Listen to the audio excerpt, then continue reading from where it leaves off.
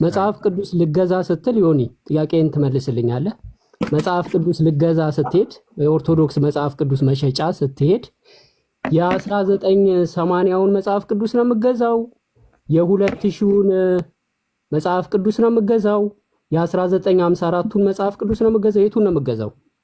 አሁን እናንተ በምትሉት መልኩ በሀሳብ ከሆነ የሚለያየው አይመስለኝም፣ ግን እሱ ተቀባይነት የለውም። የቃላት ከሆነ ልዩነቱ ግን ለእኔ ምንም ችግር የለበትም።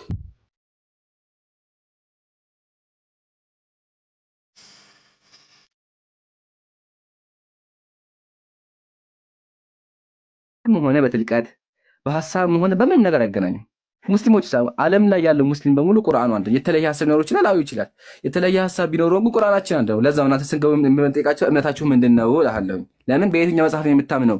በ66ቱ ነው? በ70ው ነው? 5 ብቻ የሚያምኑ ራሱ ታውቃለህ። 5 ብቻ ኦሪትን ብቻ የሚቀበሉም አሉ። ስለዚህ እሱን እንጠይቃለን ማለት ነው። ግን ሙስሊሞች ምንም አስተሳሰባቸው ቢለያይ እንኳን ቁርአናችን አንድ ነው። ስለዚህ እኛ ምንድነን? ሙስሊሞች ነን ማለት ነው። ግን ደግሞ ቅድም እንዳልኩ የሱና ተከታዮች ደግሞ እንደሆን እንዳደረሰ ሙስሊሞች ምን ሆነ ወጥሮ እናደርጋለን፣ ሱናን ደግሞ እንከተላለን። አምላካችን ምን አለ? ያወረኩትን መግደል ከተከተሉ ሙስሊሞች ምን እናደርጋለን? ከቁርአን ቀጥሎ ደግሞ የነቢያችን አስተምሮ ቃል በቃል እንከተላለን። ለምን? ነብዩ ሰለላሁ ዐለይሂ ወሰለም ከራሳቸው ስለማይናገሩ። ጨርሻለሁ። መቀጠል ትችላላችሁ ወንድሞቼ። ኢምራን እዚህ ጋር አንድ ጥያቄ ልጠይቅህ። አይ ቀጥል ሀቢቢ። ቁርአን ልገዛ መጽሐፍት የእስልምና መጽሐፍት መሸጫ መደብር ስትሄድ የስንት ዓመተ ምህረት ነው ቁርአን ያላችሁ ብለህ መርጠህ ነው እንዴ የምትገዛው? ኧረ የለም ጭራሽ እንደዛ የሚባል ነገር። ላሳየህ አተልቁኝ ሞዴሬተሮች ላሳየህ። ይህን ጥያቄ ባይዘወይ ኢምራን ከመለስክ በኋላ ዮኒ ይመልስልኛል። በተመሳሳይ ለሁለታችሁ ነው ጥያቄ። እሺ ይሄ ለቁርአን ይታያል። ይሄ ለቁርአን ነው። እሺ ቆይ ወደ ጎን ለገውና ልደርድራቸው በደንብ ህዝቡ ራሱ እንዲመለከት ማለት ነው። ያ ጀማዓተል ኸይር ይሄ ቁርአን ነው። ያው ይታያችኋል። ቁርአን ነው። ቁርአን እዚህ ጋር አለ። ቁርአን እዚህ ጋርም ቁርአን አለ። እዚህ ጋርም ቁርአን አለ። ይሄ በሙሉ ቁርአን ነው። 1 2 3 4 5 6 7 8 ቁርአን አለኝ እኔ። 8ቱም ቁርአን አንድ አይነት ናቸው። 8ቱም ቁርአን አንድ አይነት ናቸው። እያንዳንዱ ገልጬ ባሳያችሁ ራሱ አንድ አይነት ነው። ምንም የሚለያይ ነገር የለው። ለምን? ከአምላክ ስለወረደ። ይሄ ያዝልኝ። ስለዚህ አንድ ሙስሊም ቁርአን ሄዶ ሊገዛ አንድ ቁርአን ነው ያለው። አንድ ቁርአን፣ ሌላ ሐሳብ ራሱ ሊያነሳ አይችልም። ኦኬ ወደ መጽሐፍ ቅዱስ ደግሞ እንምጣ። ተመልከት። 1 2 3 4 5 መጽሐፍ ቅዱስ እዚህ ጋር 5 መጽሐፍ ቅዱስ አሉ። 5ቱም አይገናኙም። ጉድ አይዲያ 5ቱም። ይሄ የ1980 ነው። ይሄ የጴንጤዎቹ ትልቁ ነው፣ አዲሱ ማለት ነው። ይሄ ደግሞ ግዕዘኛ ነው። ይሄ ደግሞ የኦርቶዶክሶቹ አዲሱ ነው። ይሄ ደግሞ ስሳ ትንሿ ታየህ አይደለ? በይዘት ኢምራን አንዴ ዮኒን አተልቁትና ይህን ጥያቄ በተመሳሳይ ለዮኒ መጠየቅ እፈልጋለሁ። መጽሐፍ ቅዱስ ልገዛ ስትል ዮኒ ጥያቄን ትመልስልኛለህ?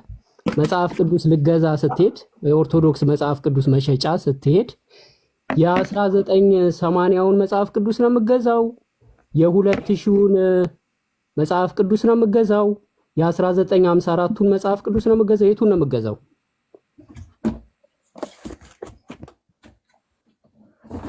እኔ የኦርቶዶክስ መጽሐፍ ቅዱስን ነው የምገዛው። የትኛውን? 81 አሃዱን። ልክ ይኸውልህ ልገዛ ስትሄድ መጽሐፉን የሚሸጥልህ መደብር ልክ ስትሄድ ሻጩ ምን ብሎ ይጠይቃል መሰለ? የስንት ዓመተ ምህረት መጽሐፍ ቅዱስ ነው የምትፈልገው ብሎ ይጠይቃል። የቱን ነው የምትመርጠው?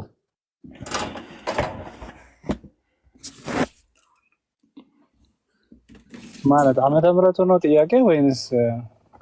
አዎ በ1980 የታተመ አለ፣ በ2000 ዓመተ ምህረት የታተመ አለ፣ በ1954 የታተመ አለ። ኃይለ ሥላሴው የትኛው ነው? የድሮ ነው ያለኝ ቤትና እውነቱን ለመናገር ለመግዛት ወጥቼ አላውቅም። ስላለኝ ኦልሬዲ ማለት ነው ኤክስፒሪየንሱን አላውቅም። የድሮ የስንት ዓመተ ምህረቱ? አይ ቲንክ ቆይ ወይ መግባት አለ ውጭ ነኝ አሁን። ኦኬ ኢትስ ኦኬ። ለምን የ2000 ዓመተ ምህረቱን አትገዛም?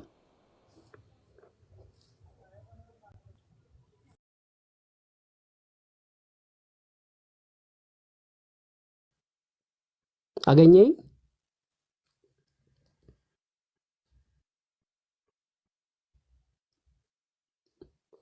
ወጣ እንዴ? ኢምሩ ቀጥል። አይ በቃ ገልጸዋል። ገልጸዋል ሐቢቢ ጀዛከላ። በጣም መነሳት ያለበት ነገር ነው። መጽሐፋችሁ አይገናኝም። አንደኛው እትም ከአንደኛው በምንም አይስማማም። ጀማ እንደውም አሁን ከፍቼ ባሳዩ ትስቃላችሁ፣ ወረበልካው ትስቃላችሁ። ዝም ብዬ ላሳያችሁ እንዴት እንደሚጋጩ ዝም ብዬ ላውጣ። ይሄንን ያው ተመልከቱ፣ እንደዚህ ይላል መጽሐፈ ኢያሱ ምዕራፍ 6 ንጉሥ ዖዝያን በሞተበት ዓመት እግዚአብሔርን ከፍ ባለና በተከበረ ዙፋን ተቀምጦ አየሁት።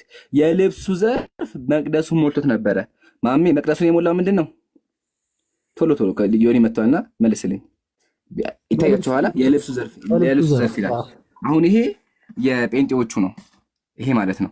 ወደዚህ ደግሞ ልምጣልህ፣ ተመልከት ደግሞ ይሄ ምን እንደሚል። ይሄው ደግሞ ይሄንም እንደሚል ከዚያም በኋላ ንጉሥ ዖዝያን በሞተበት ዓመት እግዚአብሔር ረጅምና ከፍ ባለ ዙፋን ተቀምጦ አየሁት፣ ምስጋናው ቤቱን ሞልቶት ነበር ይላል። ምን ሞላው? ምስጋናው። አያችኋ እንዴት እንደሚጋጭ? ምንም አይስማማም። ወረበል ከአባ ባሳያችሁ ማለት ነው። ጭራሽ ሁኑ የተለያየ አውድ ነው ያለው። አንደኛው ስላሴ እዚህ ጋር ስላሴ የሚል ቃል ገብቷል። ስላሴ የሚል ቃል በቃል አስገብቷል። እዚህ ጋር ስላሴ የሚል ቃል አለ። እዚህ ጋር ደግሞ ስላሴ የሚል ቃል የለም። እዚህኛው ላይ ደግሞ ኢየሱስ አምላክ የሚል ገብቷል። ኧረ ትስቃላችሁና እትማቸው በየዓመቱ እየቀያየሩ ነው የመተሙትና ያ ኦርቶዶክሶች ሲገዙ ጴንጤዎችም ሲገዙ መጽሐፋቸውን መርጠው ነው። ለምን? የተለያየ መጽሐፍ ስላላቸው። ማሚ ይቀጥል። ልጁ ስለመጣ ጥያቄውን ጨርስለት። ዮኒ መጣ። ኦኬ ይኸውልህ ጥያቄን ሰምተኛል። ኦኬ ይኸውልህ ጥያቄን ሰምተኛል። ይኸውልህ ስማኝ፣ አዳምጠኝ። የፕሮቴስታንት የካቶሊክ ባይብል አላልኩም። የኦርቶዶክስ ቤተክርስቲያን ውስጥ ገብተህ መጽሐፍ ቅዱስ መሸጫ መደብር ውስጥ ገብተህ ቤተክርስቲያኗ ፈቃድ የሰጣቻቸው መጽሐፍ ቅዱስ መሸጫ ቦታ ውስጥ ገብተህ የ1980ው መጽሐፍ ቅዱስ ነው የምትገዛው? የ2000 ነው የምትገዛው? የትኛውን መርጠን የምትገዛው? ለምን እንደዚህ የተደረገ ይመስላል? እሺ እኔ የራሴ ሀሳብ አለኝ በዚህ ጉዳይ ላይ። እኔ እንደማምነው አንደኛ ነገር የሀሳብ ልዩነት ካለ እሱን አልደግፍም። እኔ የማስበው የትራንስሌሽን ቨርዥን የተለያየ ሊሆን ይችላል። ሁሉም ሶርስ የሚያደርጉት ወደ ግሪኩ ስለሆነ ኤኒ ፕሮብሌም እንኳን ቢኖር በዚህኛው መጽሐፍ ኦኬ ሪፈር እናድርገው ግሪክ ላይ ተብሎ ሊኬድ ይችላል። አሁን እናንተ በምትሉት መልኩ በሀሳብ ከሆነ የሚለያየው አይመስለኝም፣ ግን እሱ ተቀባይነት የለውም። የቃላት ከሆነ ልዩነቱ ግን ለእኔ ምንም ችግር የለበትም። ለምሳሌ ምሳሌ ልስጥህ። የኦርቶዶክስ 81ዱ የ2000 እትምና የ1980 እትም ላይ በ81ዱ ውስጥ ዮሴፍ ወልደ ኦሪዮን የሚባል መጽሐፍ አለ። ታውቃለህ? ዮሴፍ ወልደ ኦሪዮን ያ የስንት ዓመተ ምህረት አልከኝ? 81ዱ ላይ እኮ ዓመተ ምህረት ጠቅሰህ ነበር። ይቅርታ። አዎ 1980 እና የ2000 እትሙን በሁለቱ መካከል ያለውን ዲፈረንስ ስላሳየ ነው። እሺ ንገረኝ። ይኸውልህ ዮሴፍ ወልደ ኦሪዮን ይባላል። ዮሴፍ ወልደ ኦሪዮን የሚባል አለ። የ80 ጭማሪ መጽሐፍ ማለት ነው። አሁን በታተመው 80 ላይ የለም ሙሉ ለሙሉ መጽሐፉ። እንደገና ልንገርህ፣ እጅ ላይ የምትጠቀመው 80 መጽሐፍ አለ አይደል? 80 እጅ ላይ የምትጠቀመው 80 መጽሐፍ ቅዱስ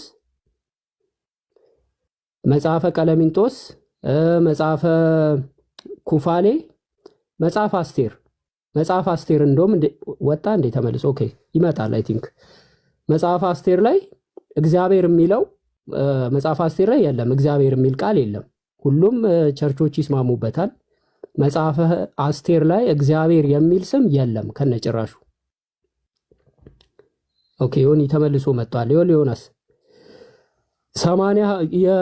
66ቱ መጽሐፍ ቅዱስ ላይ መጽሐፍ አስቴር አለ። መጽሐፍ አስቴር ላይ እግዚአብሔር የሚል ቃል አታገኝም፣ የለም። ለምንድን ነው? የራሱ ምክንያት አለው። በዘመኑ የነበሩ ክርስቲያኖች በዘመኑ የነበሩ አይሁዶች እግዚአብሔር ብለው መጥራት አይችሉም ነበር ይባላል እንደ መጽሐፍ ቅዱስ ተርጓሚዎች። በኦርቶዶክስ መጽሐፍ ቅዱስ ላይ ግን ወደ 20 ጊዜ ነው ከ20 በላይ የሚሆን እግዚአብሔር የሚል ተጨምሮበታል።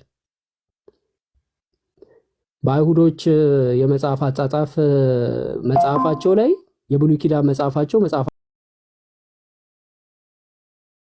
አስቴር ላይ በእኛ እጅ ላይ ያለው 66ቱም ላይ እግዚአብሔር የሚል የለም። በአዲስ በታተመው ላይ ግን እግዚአብሔር የሚል ተጨምሮበታል።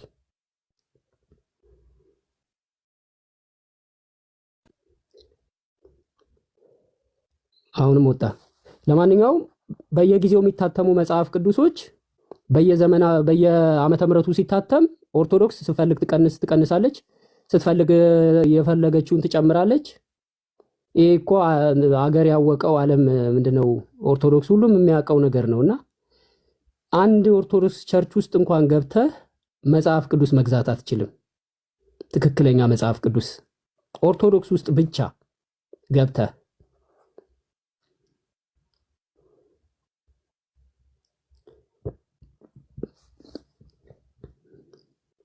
ለማንኛውም የሀሳብ ልዩነት ራሱ እኮ አለ አይደል መሐመድ?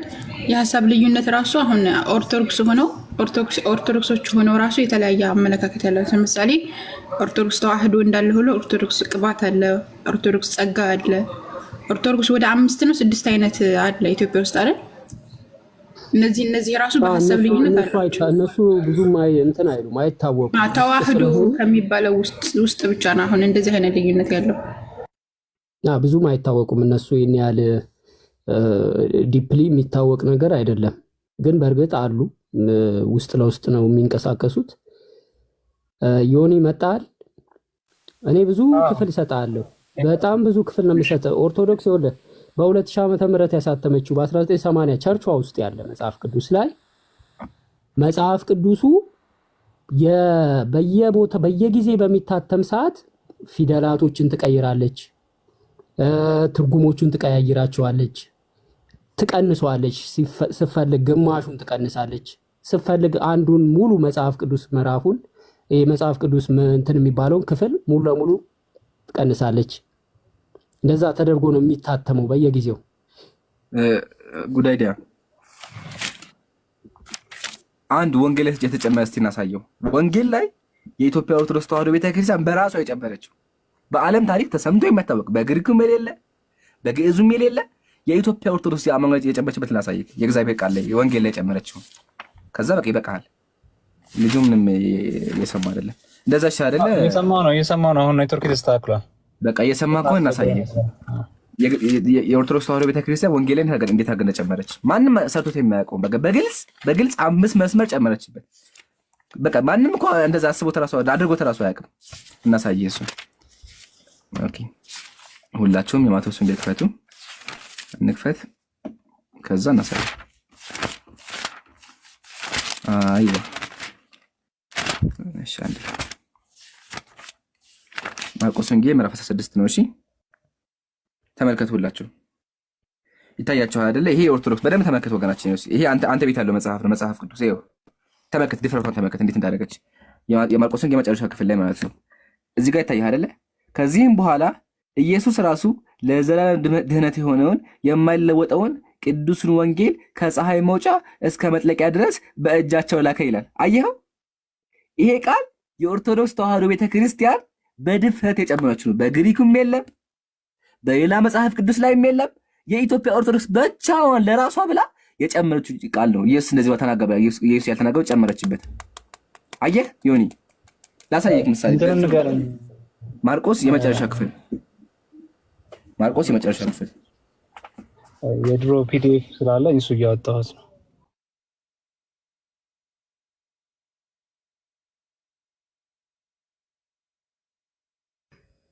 ስንተኛው አንቀጽ ላይ ነው ኢምሮ?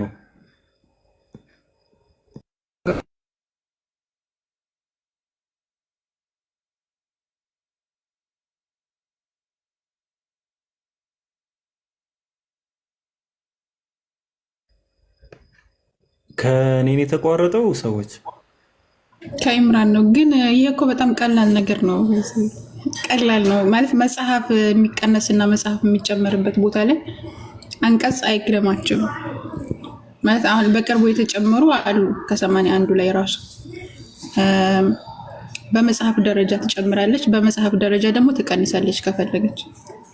አንድ መጽሐፏ ላይ ያለው አንድ ምዕራፍ ሙሉ አንድ ቦታ ላይ ደግሞ የሚቀነስበት ሁኔታ አለ እና እነዚህ ነገራቶች ታሳቢ ቢሆኑ አሪፍ ነው።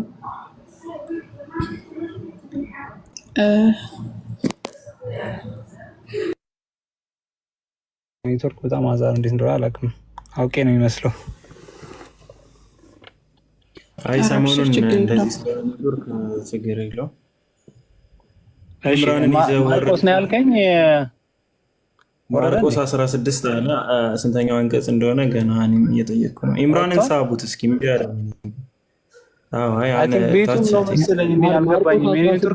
መጨረሻው ላይ ማርቆስ 16 ኮፒ ሊንክ አድርጉ ሰዎች፣ ኮፒ ሊንክ አድርጉ። እያስወጣቸው ነው። ያው ሪፖርት ተደርጎበታል በለቀቀው ቪዲዮ መሰረት እና ኮፒ ሊንክ አድርጉ። እዚህ ጋር ሳይሆን ኮፒ ሊንኩ አብዛኞቻችሁ ወጣችሁ የሱ የጃ ፕሮፋይል ላይ ማለት ነው ሄዳችሁ እዛ ጋር ነው ኮፒ ሊንክ የምታደርጉት። ፕሮፋይሉ ላይ ያለ 3 ሰረዙን ስትጫኑ ነው አይደለም፣ በቃ ብቻ ፕሮፋይሉ ላይ እንዴት እንደሚደረግ ነው የማላውቅም። ሄዳችሁ ኮፒ ሊንክ አድርጉ እና ይምሩ ገብተዋል። ፕሮፋይሉን ታደርጉና ከዛ በኋላ ፕሮፋይሉን ሲያሳያችሁ ከዛ ኮፒ ሊንክ የሚል ከስር ላይ አለ። እሱን መጫን ብቻ ነው። ታብታብ እንደምታደርጉት ጫን ማለት እንደዛ ነው። አዎ ሼር ፕሮፋይል የሚለው ላይ አሁን አገኘሁት። ሼር ሊንክ ሼር ፕሮፋይሉን የሚለውን ስትጫኑት እንትን ባርኮድ ይመጣል። ከዛ ከታች ኮፒ ሊንክ የሚል አለ። እሱን በተደጋጋሚ ኮፒ ሊንክ ማድረግ ነው። እሺ ቀጥሉ። እሺ ወገናችን ነው ያየኸው። ቁጥሯን ንገረኝ፣ ጠፋ። የማርቆስ ወንጌል ምዕራፍ 16 ቁጥር 11 ቁጥር 11 እሱን ሄደህ ይኸው ጭማሪ ነው። ኖ ከፈለክ ሀሳቡ እንዲገባ ማለት ነው። ከ10 ጀምር። ከ8 ጀምር። ከ8 ጀምር አንብበው። 8 9 10 ሙሉ አንብበው። ከዛ ይገባሃል ሀሳቡ። ነገር ግን ሂዱና የሚለው ነው የሚጀምረው። እኔ ማውጥቼ ነው ሂዱና ወንጌል።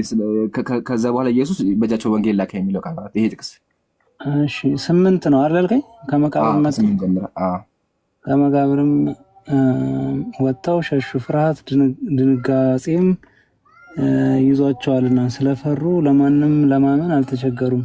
ያንተን አይደለም እያነበብኩ ያለሁት። ባይ ዘ ዌይ ሌላ ፒዲኤፍ ነበረኝ ከፍቼ ነው። አንድ ነው። ቀጥል አልተናገሩም።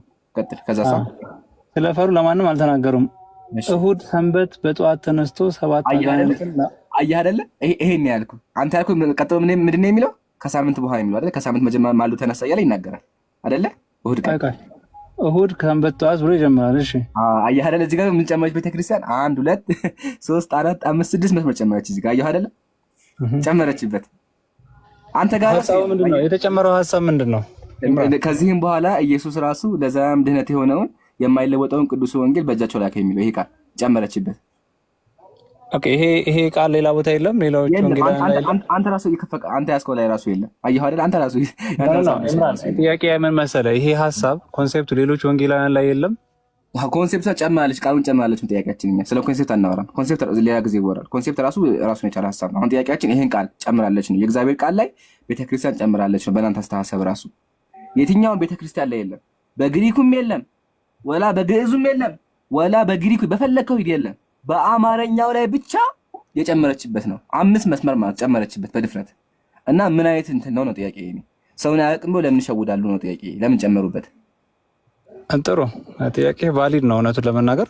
የኔ ጥያቄ ግን ምንድነው ከመጽሐፍ ቅዱስ አስተምሮት ወይ ደግሞ ከኦርቶዶክስ አስተምሮት ጋር የሚጋጭ ነገር ነው ወይ ወይም ደግሞ ከሌሎች ወንጌላውያን ከጻፉት ጋር ይሄ የተጨመረው ያልከው አንተ ክሌም ያደረከው የሚጋጭ ነው ወይ ነው ጥያቄ።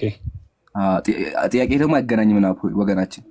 አንተ እያልክ ያለው ሀሳቡ አለ ነው እያልክ ያለው። እኛ ስለ ሀሳቡ አይደለም ሙግታችን። እኛ ሙግታችን ምንድነው? ኢየሱስ ያልተናገረውን እንደተናገረ አስመስላ ጻፈች። ሀሳቡ ከፈለገኝ ነው አይመለከተንም። ግን እዚህ ጋር ማተናገረች ኢየሱስ ራሱ ላካቸው ብላ ኢየሱስ ያልተናገረውን ነገር እንደተናገረ አድርጋ አመጣች። እንደዛ የሚል ደግሞ ኢየሱስ አልተናገረም ነው። የማርቆስ ወንጌል ጸሐፊ አልጻፈውም፣ ግን ደግሞ እሷ ጽፋለች ነው። ስለዚህ ጥያቄያችን ይሄን ጽሑፍ ከየት ነው ያመጣችው? ይሄን ቃል ከየት አምጥታ ነው የጨመረችው? ለምን የእግዚአብሔር ቃል ላይ ትጨምራለች? አሁን ገባ? ጥያቄ ገብቶኛል። እስኪ ትንሽ ጠጋ አድርግልኝ። ይቅርታ እኔ ጋር ስለሌለ ያው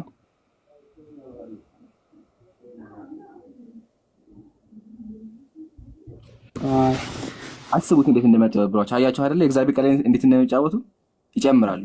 ደግሞ የሚገርመው ነገር መሰለህ ዮኒ ስክሪንሻት ላድርጋት አድርገው የቤተክርስቲያን ድፍረት ልንገርህ። እስከዛ ስክሪንሻት እስከምታደርግ እዚህ መጽሐፍ የ1980 ላይ ማለት ነው ስላሴ የሚል ቃል አስገብታለች። ስላሴ የሚል ቃል አስገብታለች። ድፍረቱ ራሱ ይሄ በብዙ በቅዱስ ሊቃ ጳጳሳት ዘኢትዮጵያ አቡነ ጳውሎስ ጊዜ የታተመው 1980 ማለት ነው። ጨምራበታለች። ምን የሚል ቃል ጨመረች? ስላሴ የሚል ቃል ጨመረች። ግን ደግሞ በኋላ ህዝቡ ነቃባቸው። ከዛ ምን አደረጉ መሰለ? ደግሞ ሲያሳትሙ አዲሱ ላይ አወጡት። ስላሴ የሚል ቃል ወጣ። እዚህ ጋር አዲሱ እትም ላይ የለም፣ አወጡት። ግን ደግሞ ምን አደረጉ? መጀመሪያ ጨምረው ነበር ስላሴ የሚል ቃል። እዚህ ጋር ስላሴ የሚል ቃል ጨምረዋል። አየህ ህዝቡ ላይ እንደሚጫወት እሱን ታሳየኛለህ ለመጠየቅ እንዲመቸኝ። ስላሴ ስክሪንሻት ላደርገው። ስክሪንሻት ሞልቷል። እሺ ቆይ ላውጣልህ። እስከዛ ጉዳይ ላይ ገጹንም ታሳየኝና ስክሪንሻት እንዳደረገው መጽሐፉን ፈልጌ እንዳየው። እሺ አንድ ቁጥሩ ልንገርህ። እስከዛ ወንድሜ ማሜ አውራ። አይ ቲንክ መጽሐፌ ነው ከ17 ላይ ነው ስላሴ የሚለው ያለው እንደዛ ነው። ይምራል ከ10 ጊዜ በላይ ማሜ ያመጣልሃል። እስኪ ያመጣልህ ድረስ ዮኒ በግጭት ደረጃ 81ዱ ይጋጫሉ ወይ? በደንብ ነው የሚጋጨው። ምሳሌ ብሰጥ አንድ ሁለት ምሳሌዎች እንዲሁ ከፈለክ ራስ ቼክ አድርግ። አንዳንድ ነገሮችን ልንገር። ለምሳሌ መጽሐፈ ቀለሚንጦስ ላይ አዳምና ሔዋን ጉዳይ ላይ ፍሬውን እንግዲህ አዳምና ሔዋን እንዳይበሉ እግዚአብሔር ለሁለቱም ነው የነገራቸው። ኦሪት ዘፍጥረት ምዕራፍ 2 እና 3 ስታነበው እግዚአብሔር ለሁለቱም ከዚህ ፍሬ ከበላችሁ ሞትን ትሞታላችሁ ብሏቸዋል። መጽሐፈ ቀለሚንጦስ ላይ ደግሞ ሔዋን አታውቅም። ከዛ እባቡ መጥቶ ሔዋን ምንም ባለማወቋ ምክንያት ፍሬውን ከበላሽ አምላክ ትሆኛለሽ አላት። ከዛ በኋላ በላችሁ ይላል። ይህ ፈጽሞ ከመሰረታዊ ከዘፍጥረት አስተምሮ ጋራ መጽሐፍ ቅዱስ ላይ ካለው ጋር ይጋጫል። ሌላው አንድ ደግሞ ልጨምርልህ። መላእክት ለምሳሌ መላእክቶች አያገቡም አይጋቡም ይላል ኢየሱስ ክርስቶስ። ብዙ ጊዜ በትንሣኤ ጊዜ እንደ መልአክ ነው የምንሆነው ጋብቻ የለም ብለው ብዙ ክርስቲያኖች ይህንን ያነሱታል። ነገር ግን በ80 አሐዱ ላይ መላእክቶች ከሰው ልጆች ጋር ተጋብተዋል። ከአቤል ልጆች ጋራ ተጋብተዋል ይላል መጽሐፈ ኩፋሌ ላይ ማለት ነው። ይሄ ከመጽሐፍ ቅዱስ ጋራ ትልቅ ኮንትራዲክሽን ነው። መላእክቶች ከሰዎች ልጆች ጋራ ግንኙነት እንዲያደርጉ አካል ተፈጥሮላቸዋል ይላል። ሰውነት ማለት ቦዲ። ይሄ ከመጽሐፍ ቅዱስ አስተምሮ ጋራ በጣም ትልቅ ኮንትራዲክሽን አለው፣ ልዩነት አለው። እሺ ጉዳይ መጀመሪያ የጠቀስከው መጽሐፈ ቀለሜንጦስ መጽሐፍ ቅዱስ ውስጥ ነው እንዴ ያለው? አዎ መጽሐፍ ቅዱስ ውስጥ ነው። የሐዋርያት የአዲስ ኪዳን ጭማሪ ይባላል። ማን ነው? የአዲስ ኪዳን ጭማሪ መጽሐፍ ቅዱስ ውስጥ ጸሐፊ ማን ነው? ቀለሚንጦስ ነው እንግዲህ የጻፈው፣ የጴጥሮስ ደቀ መዝሙር። ኦኬ እሱ መጽሐፍ ላይ በደንብ ተቀምጧል። ግን 81 አሐድ ውስጥ ተካቷል ይሄ ነገር? አብሮ ነው የሚቆጠረው። አብሮ ነው የሚቆጠረው። 81 ተብሎ የሚቆጠረው አደማመር አለው የራሱ። 80 አሐዱ እንዲህ በተርታ ከቆጠርከው ወደ 105 ይደርሳል። ግን የራሱ የሆነ አቆጣጠር አለው። ሁለቱን በአንድ ላይ አራት መልእክት ያላቸው ካሉ አራቱን በአንድ ላይ አንድ መጽሐፍ ተብሎ ይጠራል። እንደዛ ከተቆጠረ 80 አሐዱ ድረስ ይመጣል። አይ ዶንት ኖ ያቆጣጠሩ አሁን አላስታውሰውም። ግን መጽሐፈ ቀለሚንጦስ የአዲስ ኪዳን ጭማሪ ከሚባሉ መጽሐፍ ቅዱሶች ውስጥ አንዱ ነው። መጽሐፈ ቀለሚንጦስ ላይ ሔዋን አታውቅም ነበር የሚለው አለ። ከፈለክ ሰጣለሁ። ቀለሚንጦስ ምዕራፍ 2 ቁጥር 14 እስከ 16 አንብበው። መጽሐፈ ቀለሚንጦስ እኮ አለ በ1980ም 2000 እትሙ ላይም አለ። እኔ አሁን ሁለቱን ከፍቼ ነው ያለው። እንዲያውም ስላሴ የሚለውም እዚሁ ላይ ቁጭ ብሎ ነው ያለና ኢምሩ ቀጥል። ካገኘም እንትኖችን እኔም ማሳየት እችላለሁ። አግኝቼዋለሁ። አለማወቁ ግን ዮኒ ገርሞኝ ነው። 80 አሐዱን ነው የሚቀበል፣ ኦርቶዶክስ ነው።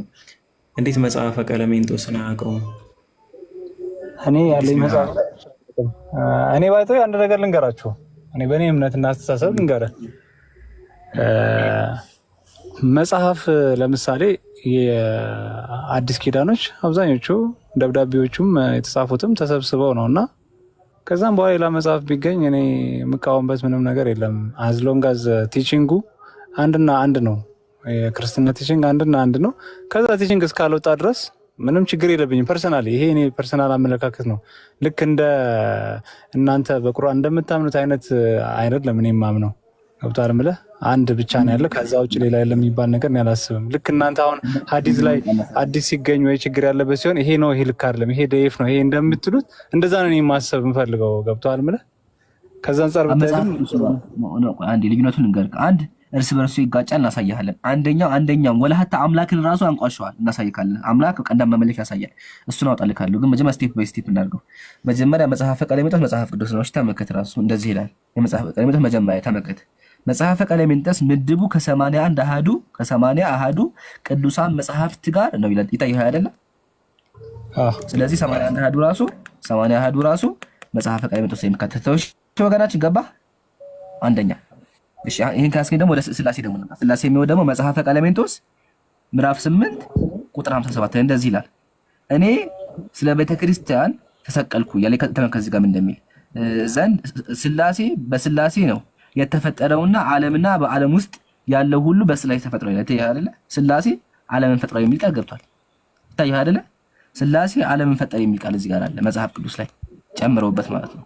ስለዚህ ምን አደረጉ? በእንግሊዘኛው የማይለውን ጨመሩ። ምን የሚል ቃል ጨመሩ? ስላሴ የሚል ቃል አስገብተዋል። በጣም ብዙ ስላሴ የሚል ቃል አለ መጽሐፈ ኩፋሌ ላይ ምናምን። እሺ አንደኛ ያዝልኝ። ሁለተኛ ነው በመጽሐፍ ውስጥ መላክ ይወልዳሉ እንዴ? እስቲ ኩፋሌው ላይ ሞር ላግባባ እንችላለን። ኩፋሌው ካለ ልፈልገው። ይሄኛው ላይ ግን ምንም ለኔ ብዙም ያን ያህል ችግር አልፈጠረብኝም። እሺ እና ከኩፋሌው እናሳይካለን። መጀመሪያ ግን ዓለም የተፈጠረ በስላሴ ነው ብዬ ስለማምን ቢባል ባይባል ለምን ጨመሩ? ጥያቄያችንና ለምን ጨመሩ? አንተማ ታምናለህ እኮ እኔ እንደነገርኩህ ነው። አሁን ለምሳሌ እያደረጋሉትን መሰለ የስላሴን አስተምሮ ወደ መጽሐፍ ቅዱስ እያስገቡ ነው። መጽሐፍ ቅዱስ ስላሴ የሚባል አምላክ አያውቅም። ስላሴን በቃ ጨራሽ ሰምቶት እራሱ አያውቅም። ግን ምን ማድረግ ጀመሩ? ስላሴ የሚል ቃል መጨመር ጀምረዋል። ቤተክርስቲያን ህዝቡን አያውቅም ብላ እየሸወደች ነው ያለችው። ገባህ ሀሳቡ? አንተ ስለምትመጣ አንተ ደስ እንዲልህ ብላ ጨመረችልህ። ምን የሚል ቃል? ስላሴ የሚል ቃል። ሀሳቡ እየገባ እሺ። መላእክት ወልዳሉ ያሉ ኢምራን እኔም በመሀል አውራና ያስቆምከኝ ስለሆነ ቅድም ደጋግሜ ነግራችሁ ኮንሴፕቱን እስካልሳተ ድረስ እኔ የማምነው ስላሴ ዓለም እንደፈጠረ ፈጣሪም ስላሴ እንደሆነ እስከሆነ ድረስ ነገርኩ። ኦርቶዶክስ ቤተክርስቲያንም ያንን ብታደርገው ብዙም አይገርምኝም። ነገርኩ። አሁን ለምሳሌ ነገ አንድ መጽሐፍ የድሮ እንትን ተገኘ ተብሎ ተመርምሮ ልክ መሆኑ ከተረጋገጠ ቢገባን ያልቃወም ነው የምለው እኮ። ይሄ መጨመር አይደለም መሰብሰብ አለበት። ለምን ክርስቶስ በምድር በነበረበት ጊዜ ባስተማረው ወይ ደግሞ እግዚአብሔርና የሰው ልጆች ሪሌሽንሺፕ ከአዳም ጀምሮ እስካሁን የተጻፈችው እቺ ብቻ መጽሐፍ ነች ብዬ እኔ ማመን አልፈልግም። ለምን በጣም ረዥም በሺዎች የሚቆጠር ዓመታት ነው። ብዙ ዶክመንት ይኖራል። እውነቱንና ውሸቱን ግን ለይቶ አሰባጥሮ አንድ መጽሐፍ ማድረግ ደግሞ ሌላ ስራ ስለሆነ አዝሎንጋዝ የእግዚአብሔርን እና የክርስቶስን መንገድ እስከተከተለ ድረስ ለእኔ ምንም ችግር የለውም። አሁን በምትለው አናሎጂ ለእኔ ችግር የለብኝም። ለምን እንደዛ የሚልም ትእዛዝ የለም። አንተ በምትለው ለምን ተጨመረ ለምን ጎደለ የሚልም ትእዛዝ የለም። በዚህ ላይ እርግጠኛ ነኝ። ከዛ ከሱ መሰረት ዮኒ መጽሐፍ ቅዱሱ አሰባሰቡ ላይ የሚወሰኑ ካኖናይዝድ የሚደረጉት በሱ ላይ ችግር የለውም። አንዳንድ መጽሐፍቶች አዳዲስም ከተገኙ መጽሐፍ ቅዱስ ውስጥ ሊጨምሩት ይችላሉ። እሱ ትክክል ነህ። ግን አሁን እኔ እዚህ ጋር እየተነሳ ያለው ነገር መሰለ መጽሐፍ ቅዱስ ተርጓሚ ብትሆን አንተ ኦኬ፣ መጽሐፍ ቅዱስ የቋንቋ ሊቅ ነህ ተብለህ ተርጓሚ ብትሆን እና እንትኑ ስልጣኑ ቢሰጥህ ከመጽሐፍ ቅዱሱ ላይ የተጻፈውን የእግዚአብሔር ቃል የሚባለውን መጽሐፍ ቅዱስ የእግዚአብሔር ቃል ነው ብለው ነው የሚያምኑት ሁሉ። የእግዚአብሔር ቃል የተባለውን ትቀንሰዋለህ። አንተ ተርጓሚ ብትሆን ወይም ጸሐፊ ብትሆን መጽሐፍ ቅዱስን ከሚያትሙት ወር ደግሞ መጽሐፍ ቅዱሱን ከሚተረጉሙ ሰዎች ጋር አብረህ ብትሰራ ከመጽሐፍ ቅዱሱ ውስጥ ለምሳሌ የዮሐንስ ወንጌል መጀመሪያ ላይ ያለውን በመጀመሪያ ቃል ነበር፣ ቃልም በእግዚአብሔር ዘንድ ነበር የሚለውን እንቀንሰው ቢሉህ ፈቃደኛ ትሆናለህ? ጥያቄያችን መጨመር ላይ ነው መቀነስ ላይ ስላልሆነ ሜቢ የተቀነሱ እኮ አሉ እያሳየን ነው። ከመጽሐፍ ቅዱስ ላይ የተቀነሱ ከፈለክ ነው ያሳያለሁ። የተጨመሩትንም አሳያለሁ። እንጨምር ስለነበርኩ እሺ። ግን አንደኛ ቅድም ካነሳኸው ልመልስ እና ትሄዳለህ ወደ ቀጣዩ። ቆይ አንዴ ጥያቄን አዳምጠኝ። እንጨምር ቢሉስ? እሺ እንጨምር ቢሉ ትስማማለህ? ማሚ ወንድሜ ቆይ አንዴ። አሁን ጥያቄው እሱ መጨመር ላይ ስለሆነ አንዴ ሀሳቡን እንገባ ትቀጥላለች፣ ትጠይቀዋለህ። ግን ሀሳቡ መጀመሪያ ይግባ። ተዘጋጅ፣ በደንብ አዳምጥ ወገናችን። ዮኒ እየተባልክ ያለውን መሰለህ የእግዚአብሔር ቃል ላይ እየጨምሩ አንተ እኮ ወገናችን ግን አእምሮ እየሰራ ነው ባለ ዮኒዬ እያልክ ያለው እኮ ቢጨምሩበት ችግር የለውም ስለማምንበት ቢጨመር ችግር የለውም እኮ እያልክ ነው ያለው። የእግዚአብሔር ቃል ላይ እነርሱ እነማን ናቸው? ጥያቄ ነው። እነርሱ አምላክ ናቸው? የአምላክ ቃል ላይ የሚጨምሩት አምላክ ያልተናገረውን ተናገረ እኮ እያሉ ያሉት ብራዘር። አምላክ ያልተናገረውን ተናገረ እያሉ ነው ያሉት ብራዘር። በደምብ አዳምጥ እየገባ ፕሊዝ። ምሳሌ ኢየሱስ ወንጌልን ስበኩ ብለዋል ብሎ ተናገሩ። የለም እንደዛ የሚል ስላሴ ዓለም ፈጠረ የሚል ጨምሩ። አንተ ታምንበታለህ? ስላሴ ያምኑበታል? አዎ ቢያምኑበትም ግን ጨምሮበት ሲቀጥል ነው ዘህሩ ጀዛኪላ ኢየሱስ መጨመር አይቻልም ብሏል። የዮሐንስ ወንጌል ላውጣልህ እንደውም እሱ ተመልከት። የማቴዎስ ወንጌል ምዕራፍ 5 እንደዚህ ያለው ኢየሱስ እውነት እላችኋለሁ ሰማያትና ምድር እስኪያልፉ ድረስ ከሕግ አንዲት የሚወጣ ወይም አንዲት ነጥብ ከቶ አታልፍም ቦታ ነው። ምን ነጥብ መጨመር በቃ ምንም ነገር አያልፍም። መጨመር ሲጀመር የራእይ መጽሐፍ ምንድን ነው የሚለው? የጨመረ ወይም የቀነሰ ካለ እርግማን ይጨመርበታል። የራእይ መጽሐፍ ላይ ራሱ አለ ብራዘር። ስለዚህ ቤተክርስቲያን እያደረገች ነው ያለችው ካልን አስተምህሮቶቿን ለማሳየት ስትል የሌለን ቃል እየጨመረች ነው ያለችው። መጽሐፍ አይደለም መጽሐፍ ሳይሆን ትርጉምን እያዛባች ነው ብራዘር። ስላሴ አይልም እኮ ስላሴ የሚቀር ታስገባለች። ምሳሌ ደግሞ መልአኮች ሰዎች ጋር ዝሙት ሰሩ፣ ሰዎችን አስረገዙ ትላለች ቤተክርስቲያን። እንደዚያ የሚል መጽሐፍ እያወጣች መልአኮች እያንቋሽ መልአኮች ሂደው ሰዎችን አስረገዙ ትላለች። ከዚህ በላይ እንትን አለ እንዴ ብራዘር? አምላክ ላይ መቀለድ። አምላክ መጽሐፍ አይጠብቅም እንዴ ብራዘር? አስበው የአምላክ ቃል አምላክ ያልተናገረውን ተናገረች እያለች ስታወራ፣ ስለዚህ እሷ ራሷ አምላክ ልትሆን ነው። አምላክ ያልተናገረውን ተናገረች ካለች እሷ ራሷ አምላክ ልትሆን ነው። እና ፕሊዝ እሱን ላይ አሁን ማሜ ጠይቀው።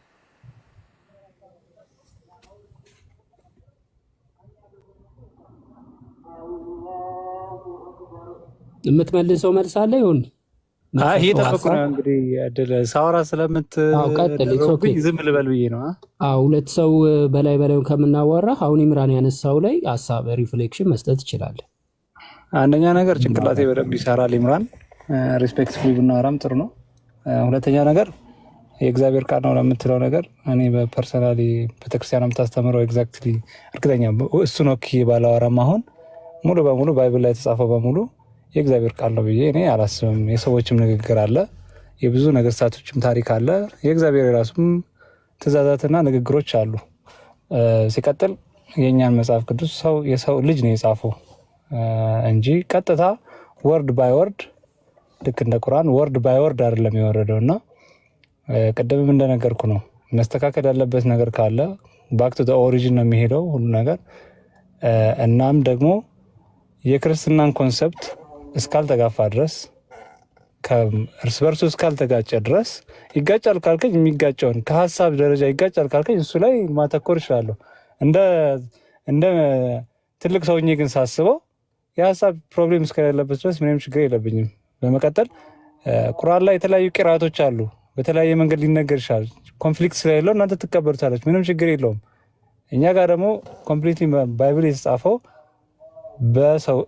በሰው ልጅ እጅ ስለሆነ የቃላት ልዩነት ሊኖር ይችላል፣ ምንም ችግር የለም። ፐርሰናል እኔ አንተ በምትለው የእግዚአብሔር ቃል ሆኖ ለምሳሌ እግዚአብሔር የላከው ራሱ ቃል በቃል ከሀ እስከ ፐ የላከው ላይ ከሆነ ያስማማኛል የምትለው ነገር ቫሊድ ነው። በእኛ ኬዝ ግን እንደዛ አይደለም። ቅድም ደግሞ የዮሐንስ ራእይን አንስተህ ነበር። ዮሐንስ ራእይ የተናገረው በዚህ መጽሐፍ ላይ ነው እንጂ ያለው በመጽሐፍ ቅዱስ ላይ አላለም። እሱ ላይ ማስተካከያ ማድረግ ይኖርብሃል። በዚህ መጽሐፍ ሲል የዮሐንስ ራእዩን ሲጽፈው በዚህ ራእይ ላይ የጨመረም የቀነሰም ብሎ ነው የረገመው። እና ትንሽ ሚክስ ባናረገው ብዬ ነው። ቃሌም ቢያልፍ የሚለው የማቴዎስ ወንጌልም ጭራሽ ከዚህ ጋር የማይገናኝ ነገር ነው። መቀጠል እንችላለን። እሺ አንድ ነገሮች እየበዙ ስለሆነ ስቴፕ ባይ ስቴፕ እናድርገው። ካን ያልፈትና እንዴ ቃል በቃል እየሄድን ለምን ብዙ ሀሳብ የተነሳ ስለሆነ ማለት ነው። ይታያል ዮኒ ሚውት አንሳ፣ ችግር የለውም። እሺ በራዘ ሚውት አንሳ፣ ችግር የለውም። ከዚህም በኋላ ኢየሱስ ራሱ ለዘላለም ድህነት የሆነውን የማይለወጠውን ቅዱስ ወንጌል ከፀሐይ መግቢያ እስከ መፀሐይ መውጫ በእጃቸው ላከ ይላል። ይህን ቃል ማን የተናገረው? ፕሮባብሊ ጸሐፊው ማርቆስ ሊሆን ይችላል። ማርቆስ ነው። ማርቆስን ተናገረው አይደለ? አዎ። እሺ ከሌላ ቅጅ አሳየኝ። ማርቆስ ለመናገሩ ላለመናገሩ አሳየኝ እንጂ አንተ ላሳይክ። እሺ ላለመናገሩ ላሳይክ። ያው ሌላ ቅጅ ላይ የለም፣ እንግሊዘኛውም ላይ የለም፣ ግሪኩም ላይ የለም። የኢትዮጵያ ኦርቶዶክስ ተዋሕዶ ቤተክርስቲያን ብቻ የጨመረችው ቃል ነው። ላሳይክ። ሌላ ቅጅ አንተ ራሱ ቅድም አይተኸዋል። ላሳይክ። ያው ማርቆስ ወንጌል እንፈተው።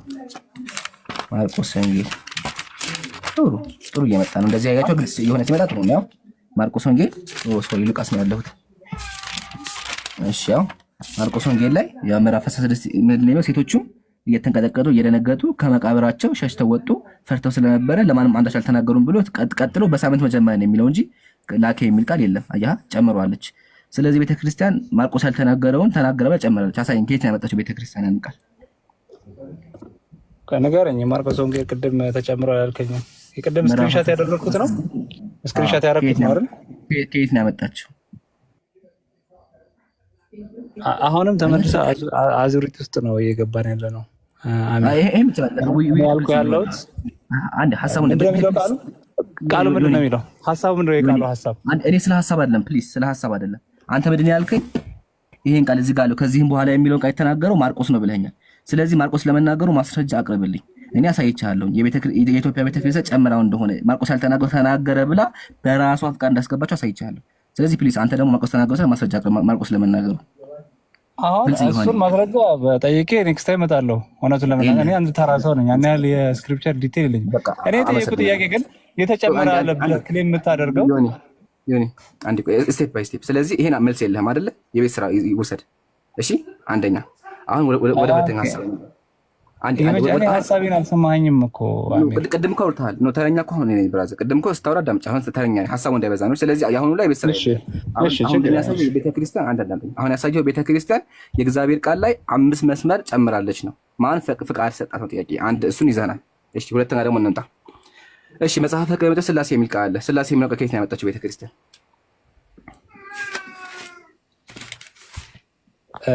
መጽሐፈ ቀለሜንጦስ እኔ ለመጀመሪያ ጊዜ አሁን ነው የምሰማው። እውነቱን ለመናገር አንተ ታውቀዋለህ? ኦሪጂናል የመጽሐፈ ቀለሜንጦስ መጀመሪያ መጽሐፈ ቀለሜንጦስ ጸሐፊው አውቀዋለሁ። እኛ ቀለሜንጦስ ነው መጽሐፉ አለ። መጽሐፉ አለኝ ላሳይክ። እሱ የጻፈው ማለት መጽሐፍ ቅዱስ ራሱ ጸሐፊዎች የጻፉት እኮ የለም። እኔ ያልኩህ ያለው እሱን አይደለም። እሱ የጻፈው ስልህ ኦርቶዶክስ ተዋህዶ ያልጻፈችው ነው ማለት ፈልጌ ኤዲሽኑ ነው ቨርሽኑ ነው የምልህ። ቨርሽኑ የሁለቱም ከፈለክ ካለ ሰማይ ሁሉም አለኝ። የትኛው ላሳይክ? እኔ የጠየቁት ጥያቄ አንተ ቨርዥኖቹ ላይ ነው የተጨመረ ልዩነት አለ ያልከኝ ያለው? ስላሴ የሚል ቃል አማርኛ ያስገብታለች ነው ያልኩህ ያለው። ስላሴ የሚል ቃል ጨምራለች። ምን ቨርዥኑ ላይ? ሁሉም ላይ አለ። ሁሉም ላይ አለ። ቀለሜንጦስ ላይ ነው። ቀለሜንጦስ አቤት ማለት አንድ ጊዜ የግሪክ ቀለሜንጦስ አለ ወይ እኮ ብዬ ጠየቁ። አለኝ አሳይካለሁ ከፈለክ። አይ ቲንክ እሰማለሁ። ይሰማል ማለት ይሰማል። እንትን መጽሐፈ ሄኖክ 17 ክፈተው። በየትኛው መጽሐፈ ሄኖክ ነው ያልኩት። በየትኛው በሁሉም ላይ የፈለገው ይሁን አንዱ ላይ ክፈተው፣ ችግር የለውም። እሺ መጽሐፈ ሄኖክ ማንኛውም ላይ ማለት ነው። 17 ሄኖክ 17 እሺ ያው አንበው ሲሆን ኦኬ የእግዚአብሔር ሰራዊት የሚለው ነው አይደል?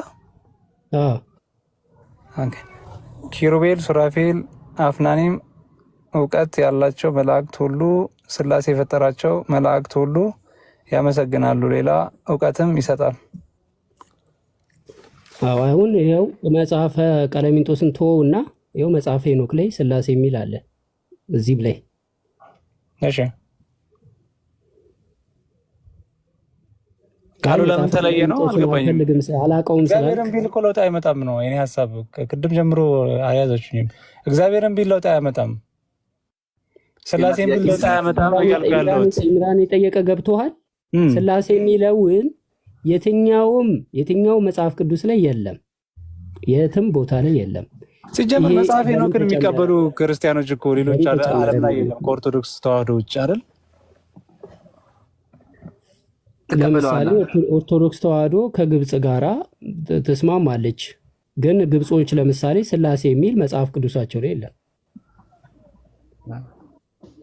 ያንተ ሀሳብ ገብቶኛል እኮ አሁንም ቅድምም ደጋግም የምነግራችሁ ስላሴም ተብሎ ቢጻፍ እግዚአብሔርም ተብሎ ቢጻፍ ሁሉም ክርስቲያን በስላሴ ስለሚያምን ስላሴ ማለት እግዚአብሔር እንደሆነ ስለሚታመን ምንም የምታነሱት አርጊመንት ቫሊድ አይደለም ለእኔ። ኦኬ እስቲ ቆይ እንደውም አንድ ጥያቄ ልጠይቅህ። በጣም ማሚ አይ ዘለለብና እና ጥያቄያችሁ ታምናላችሁ እኮ ብራዘር፣ በስላሴ እንደምታምኑ እናውቃለን። ጥያቄያችን ቤተክርስቲያናችሁ መጽሐፍ ቅዱስ ያሳተመችላችሁ ቤተክርስቲያን መጽሐፉ ስተረጉም ስላሴ የሚለውን ቃል ከየት ነው ያመጣቸው? ጥያቄያችን እንደምታምኑ እናውቃለን። ታምናለህ? በስላሴ ሶስት አምላክ ታመልካለህ ወይም ስላሴዎች ሶስት አካባቢ ታምናለህ እናውቃለን። ጥያቄያችን ሶስት አምላክ አላምልክም። አንደኛ አሚር ሪስፔክትፉሊ ብናወራ ጥሩ ነው። ሶስት አካል እሺ፣ እምነቴን ጠይቀኝ ወይም እምነቴን ጠይቀኝ። እሺ ይቅርታ፣ ሶስት አካል ማለት ፈልጌ ነው። ሶስት አካል ታመልካለህ። እሺ ስለዚህ ስላሴ የሚለውን ቃል ከየት ነው ያመጣችሁ? መልስልኝ። ስላሴ እኔ ስለሱ አይደለም እኔ ጥያቄ ስላሴ የሚለውን ትርጉም ሳይሆን ስላሴ የሚለውን ቃል ከየት አመጣችሁ?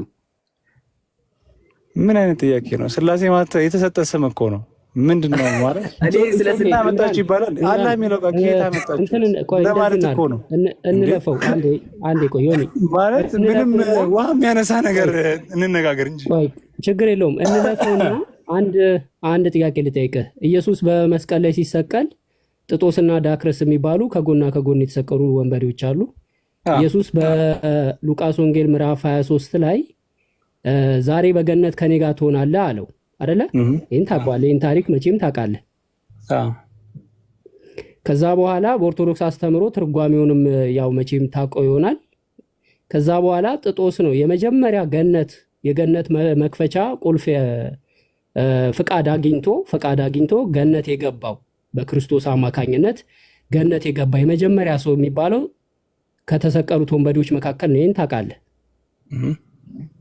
ከተሰቀሉት መካከል ያለው ዛሬ በገነት ከኔ ጋር ትሆናለህ አለው አይደለ? ያ ሰው በገነት የሄደው ሰው እሱ ነው መጀመሪያ ገነት ገባ የሚባለው። ይህንን በኦርቶዶክስ አስተምሮ አለ። ገነት ተቆልፎ ነበር አይደለ? አዳም ከተባረረ በኋላ ኦኬ። ኢየሱስ እስኪመጣ ድረስ ገነት አልተከፈተም። እሺ፣ አንደኛ መቃብያን 3:38 ክፈትልን ይምራን። አሁን እንደገና ቆይ ምን ያህል እንደሚጋጭ ላሳየው። መጽሐፍ ቅዱሱ ላይ መጽሐፍ ቅዱሱ እንዴት እንደሚጋጭ ላሳየው። መቃብያን ምዕራፍ ስንት? 3:38 አይ ቲንክ እኔም ከፍታለሁ ከተቻለ 38 ያ አንደኛው ማለት ነው። አንበው እስቲ ዮኒ። እሺ 30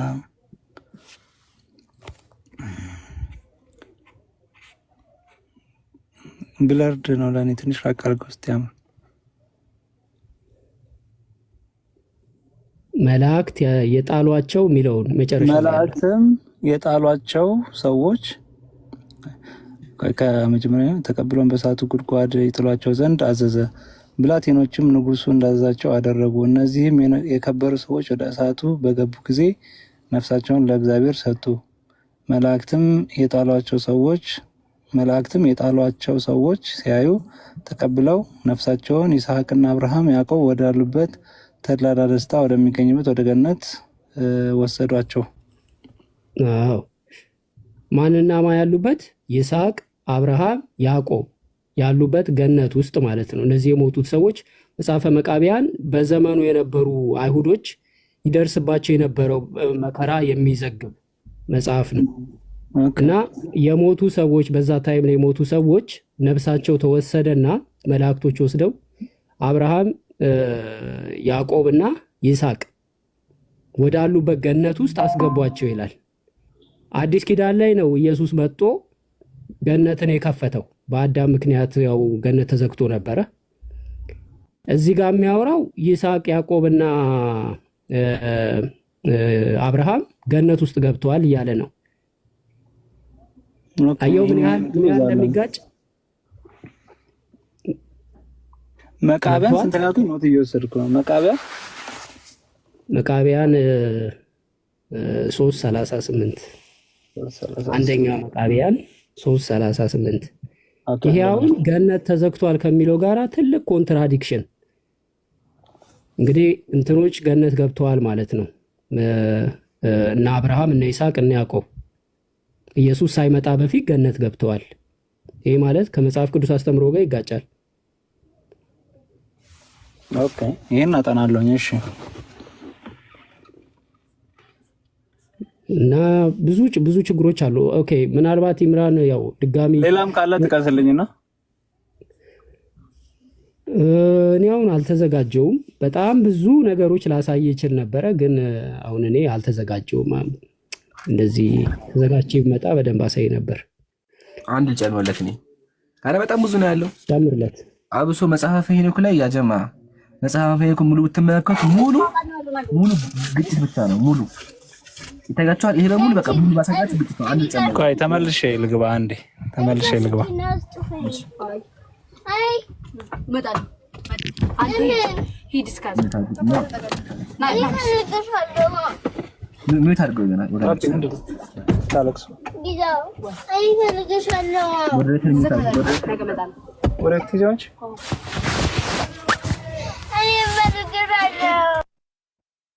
ሞዴሬተር ዛሬ የላቸው መሰለኝ። እሺ ጉዳይዳ ጀዛከላ በደንብ ገልጸዋል። ስለዚህ አሁን ባየነው መሰረት ያጀማ መጽሐፍ ቅዱስ ራሱ በሐሳብ ይገጫሉ። እሺ ጉዳይዳ አንድ ሐሳብ እንጨምርላቸው እሱ ወገናችን እስከሚመጣ ድረስ መላእክቶች አምላክን ያመጻሉ እንዴ? በክርስትና ያመጻሉ? አምላክ ይጠላሉ? እነ ሩፋኤል እነ ገብርኤል ማሚ መላእክቶች እንግዲህ ያመፀ መልአክ ሴጣን ብቻ ነው። ሴጣንና የወደቁ መላእክቶች እነሱ ብቻ። እነ ገብርኤልና እነ ሩፋኤል እነ ገብርኤልና እነ ሩፋኤል ኧረ በፍጹም አላመፁም። በፍጹም አያምፁም። ሰምታችኋል። ገብርኤልና ሩፋኤል በክርስትና ሲጀመር በቃ ይጸለይላቸው ትልቅ መላእክቶች ናቸው። ቤተክርስቲያን ራሱ አላቸው። እሺ አሁን ተመልከት፣ ሩፋኤል የሚለውን ላሳይህ። ሩፋኤል አምላክን ይሳደባል፣ አምላክ ያበሳጨዋል። ያው መጽሐፈ ሄኖክ ምዕራፍ 18 ጉድ ተመልከቱ። እንደዚህ ይላል፣ በዚያችም ቀን ቅዱስ ሚካኤል የመንፈስ ቅዱስ እውቀት ወደ ሐዘን ይወስደኛል ያበሳጨኛል ብሎ ለቅዱስ ሩፋኤል መለሰለት። ይታያል አይደለ? ጉዳይዲያ መንፈስ ቅዱስ በክርስትና ምንድን ነው? አምላክ ነው አይደለ? እዚህ ጋር ምንድን ነው ያለው? ይታያል ያበሳጨኝ። ስለዚህ መልአኩ እግዚአብሔር ያበሳጨዋል ማለት ነው አይደለ? አዎ። በነገራችን ላይ ኢየሱስ ሲሰቀል ገብርኤል ተናዶ በሰይፍ መጋረጃ ቆርጧል። ተናዶ ማለት ነው። መበሳጨት፣ መናደድ። አይ ቲንክ ሚካኤል ብቻ አይደለም ገብርኤልም አለው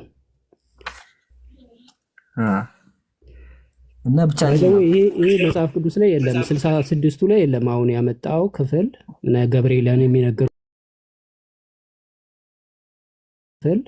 ገብርኤልን የሚነገሩ በፍጹም የለም። ሚስት አግብተው ምናምን የሚሆን ታሪክ እናሳያቸው።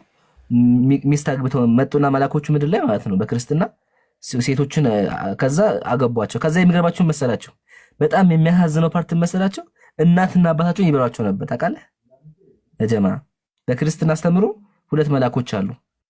መላኮች ወደ ምድር ወረዱና ከዛ ሰዎችን አገቡ፣ ተዋለዱ። ከዛ የተወለዱ ልጆች እናትና አባታቸውን ስጋቸውን ይበሏቸው ነበር።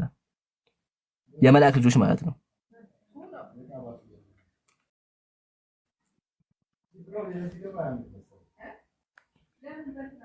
ያ ዮኒጣ ቅድም ያነሳው ነገር ነበር ልጁ።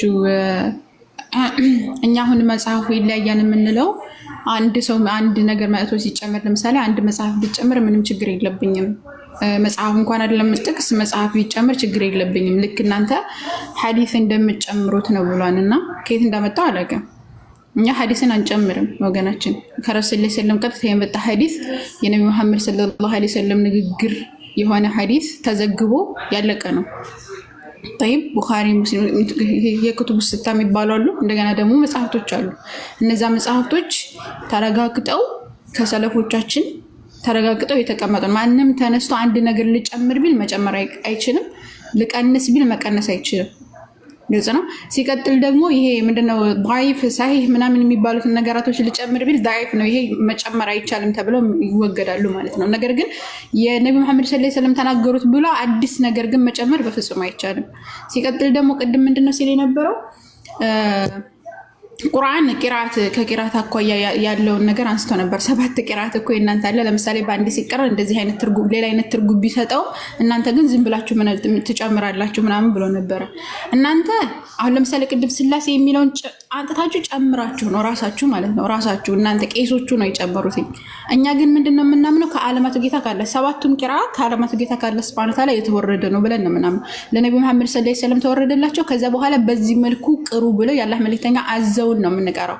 መለኮታዊ ራእይ ግልጠተ መለኮት ነው ያን ምንም አይነት ትርጉሙን ይሄ ምንድነው የራሳችንን ጨምረው ወይም አንድ ቄስ ወይም ማነው አንድ ሼክ ወይም ደግሞ አንድ አካል ዑለማ ተነስቶ ይሄ ነው ትክክል ብሎ ሰላመጣልን አይደለም እኛ አንስተን ምን ጨምረው ማለት ነው። ምንም አይነት ትክክል የሆነ ማለት ከእስልምናው ጋር የሚስማማ ትክክል የማይጋጭ ነገር እንኳን ሆኖ አንስቶ አንድ ሰው ቢጨምር አይቻልም። እስልምና ላይ ገብታን ትክክል ስለሆነ ብቻ ያን ነገር ከቁርአን ጋር አይጋጭ። ለምሳሌ አላህ Subhanahu Wa Ta'ala ስሞች አሉት የተገደቡ ናቸው ስሞቹ 99 ስሞችን ተገልጾልን አንድ ሰው ተነስቶ አላህ Subhanahu Wa Ta'ala እንደዚህ አይነት ስም አለው ቢለን በፍጹም አንቀበለውም ያን ሰው። ምክንያቱም አላህ Subhanahu Wa Ta'ala ያስቀመጠልንን ብቻ ነው የምንቀበለው። ከዛ ውጪ እንደዚህ ነው እነፈላ እንደዚህ ነው እነፈላ እንደዚህ ይሰራሉ ብለን አንጥተን እኛ አንጨምርም አንቀንስም ማለት ነው። አላህ Subhanahu Wa Ta'ala ያስቀመጠውን ብቻ ነው መልእክተኛው አለይሂ ሰላቱ ሰላም ያስቀመጡት ብቻ ያንኑ የምንረዳው በእኛ አረዳዳለሁ። አንድ ሰው ተነስቶ ቁርአንን በራሴ ያተረጓጉም ልተርጉም ማለት አይችልም። በሰለፎች አረዳድ ያላህ መልእክተኛ አለይሂ ሰላቱ ሰላም እንድናያሉት ቃርኒ ያሉ የእሳቸው ያሉበት ህዝብ አሉ። ከመለዲና ይሉናም ከዛ ቀጥለው ያሉት ህዝቦች አሉ። ከሰሃባዎች ቀጥሎ ታቢዒዎች አሉ። ከታቢዒዎች ቀጥሎ ታቢዒን አሉ። እነዚህ ሶስት ትውልዶች ነው እኛ በዛ መልኩ ነው የምንረዳው። ቁርአንንም ሆነ ሐዲስንም ሆነ በዛ መልኩ እንረዳዋለን። ከዛ ውጪ ግን የራሴን ተነስቼ የራሴን አመለካከት መጨመር ሆነ መቀነስ እስልምና ላይ አይቻልም። ይሄ ነው ለየት የሚያደርገው እስልምና። ባይብል ላይ ግን አንድ ሰው ተነስቶ የፈለገውን ትርጓሜ መስጠት ይችላል። እንደገና ደግሞ ይሄ አሁን ስላሴ ብሎ መጨመርም ከፈለገ ይችላል። በእነሱ መላእክቶችን ነቢያቶችን ባያስተምሩ ኢየሱስን ባያስተምር ሐዋርያትን ባያስተምር ምንም ችግር የለባቸው እነሱ ይጨምራሉ። መጽሐፍን ማንጥተው አንድ ሰው ተነስቶ መጽሐፍን ቢጨምር ምንም ችግር የለበትም ይጨምራል። ሌላም ነገራቶች አምጥተው ቢጨምር ምንም ችግር የለበትም ይጨምራል። ኢየሱስ ግን ምን ብሎ ነው ያስተማረው? ከትእዛዛት አንዲት እንኳን የሚጨምርም ሆነ የሚቀንስ በመንግስተ ሰማያት ከሁሉ ታናሽ ይባላል ብሎ ነው ያስተማረው። መቀነስም ሆነ መጨመር አይቻልም ብሏል። ከመጽሐፉ ላይ ከባይብሉ ላይ ራሱ ማለት ነው መጨመር ሆነ መቀነስ አይቻልም ብሎ ከጨመረ አንድ ሰው ወይም ከቀነሰ ወይም ካስተማረ ምንድን ይሆናል? በመንግስተ ሰማያት ከሁሉ ታናሽ ይባላል ብሎ ነው ያስቀመጠው። ስለዚህ እናንተ ይሄድ ያላችሁ በኢየሱስ አስተምሮ ሳይሆን በራሳችሁ አመለካከትና በራሳችሁ አካሄድ ነው ይሄዳችሁ ያላችሁት ማለትና ንቁና ወደ አንዱ አምላክ እንድትመጡ ነው እኛ ጥሪ የምናደርግላችሁ። ተበሩዛን የምንላችሁ መጽሐፍቶቻችሁ ለዚህ ነው። የፈለገው ሰው ተነስቶ የፈለገውን ነገር ቢጨምር እናንተ ምንም ግድ ስለማይሰጣችሁ ነው። በቃ አትጠይቁም። ለዛ ነውና አላህ ቅኑ መንገድ ይምራችሁ። ጀዛኩም